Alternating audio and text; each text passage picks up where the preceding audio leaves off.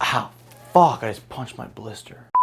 Guys, TikTok, clock is ticking. Valentine's Day is around the corner. We are gonna make chocolate lava cake. Now, before you close this video, before you go, that's too hard, I can't fucking do that. It's not that difficult. Yes, you're gonna need a little bit more effort than a typical recipe, but it is not impossible and you will impress anybody that you make it for. So let's get cooking. I'm a private chef, cook for money, yeah.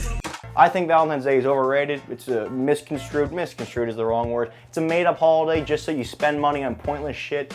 Shouldn't exist, but it does have the benefit of bringing chocolate into your lives, which to me, is not terrible. I'm a huge dark chocolate fan, any kind of chocolate really. I'll eat it all day long. Robbie fucking knows that. He's always trying to eat my chocolate. I'm saying, don't fucking touch my chocolate.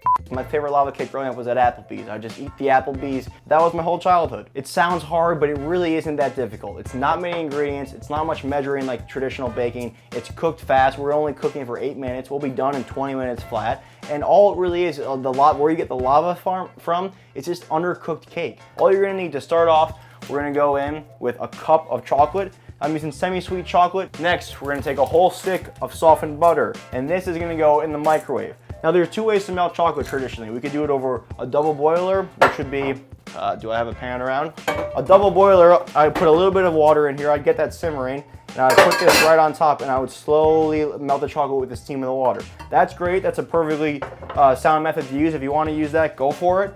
I'm gonna put that in for like 30 seconds at a time, check it, stir it, check it, stir it. Let's say you only have bowls like this, don't stick this shit in the microwave. I haven't microwaved aluminum in a long time, so I forget exactly what happens, but I know that there are sparks involved. What is crucial, you're gonna need ramekins. You can't make lava cake without ramekins. Now, if you order these right now, I'm sure they will come on Amazon Prime before Valentine's Day. If not, you can find them at any home goods store, at a Target, at a restaurant supply store. So the butter is gonna melt first, and the melted butter is basically gonna melt the chocolate. So we'll give that a stir. That's been going for like 20 seconds now. The butter is already melted. That's all it's gonna need. You don't wanna go too long, because if you burn chocolate, you're fucked, then your flavor is gonna be off for the entire dish. So we can set this aside. Let's get these ramekins ready before we do anything. Take a hunk of butter, and we're just gonna rub these ramekins lightly with butter.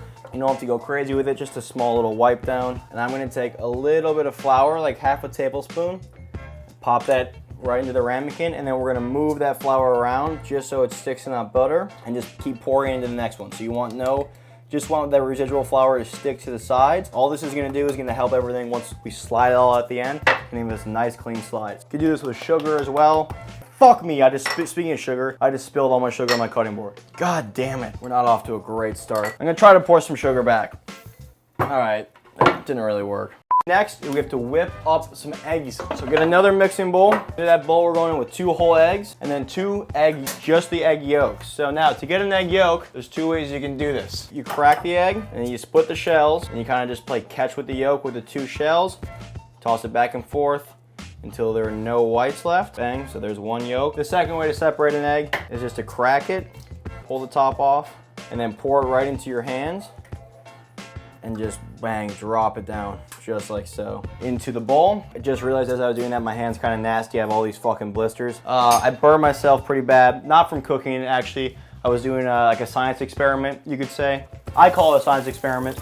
I don't know, my mom would probably call it just being drunk. We are gonna add a 4th cup of sugar. And then all we gotta do is whisk. Oh, save your egg whites if you wanna make like a fucking omelet or some shit tomorrow. Otherwise, toss them, doesn't matter. Now just whisk. Here's the thing, if you have an electric mixer, it's gonna be much easier, much faster. If you don't though, it works to do by hand. That's why I'm doing it by hand. I'm showing you that it is possible. It's just gonna take a little elbow grease. You're gonna wanna mix this, you wanna beat this until it's thick, almost doubled in size and frothy. So here's a little baker's trick. If you got a cloth, a little bit of a wet cloth, spin it up, you make a little well for your bowl, and you put it in that damp cloth, and that cloth holds it, and then bang, you can do this. Oh my God, my fucking arm. It's a good workout at the very least. Now I'm gonna be all sweaty. Okay, so this is what you're looking for. It's like a nice pale yellow now, and it's much thicker consistency. Now we can add our chocolate. I gotta catch my breath, I'm fucking sweating. Give me a second here. Whew. We can take all that chocolate and pour that in, and we're just gonna fold that in gently. You wanna fold it in gently because we beat all that air into the egg, so now it would just be pointless if we just smash it all out. All right, once that chocolate is fully folded in, we're gonna go in about 2 tablespoons of flour. So, I mean, this cake is basically gluten-free. 2 tablespoons of flour. You can say it's gluten-free, no one's gonna fucking know, unless you're highly allergic. Girls love hearing that shit. Oh, it's gluten-free, it's this, that. Just say it's gluten-free. There's 2 tablespoons of flour. The hard part is over. You do not want to overcook this, because then you're gonna have no lava in your lava cake. You're gonna have a really nice chocolate cake, but there'll be no lava. Now we're just gonna fill these with fucking chocolate. The size of your ramekin is gonna affect the cook time. If you're using a big ass ramekin, it's gonna take longer. If you're using small ones, it's gonna be shorter, so just check. All right, so these are all filled. Now we're gonna pop them in the oven, 450 for about 8 to 12 minutes. These are a little bigger, so I'm thinking like maybe like 10, but I'm gonna check at 8, see where we're at. 3, 2, 1. I was a second off, fuck.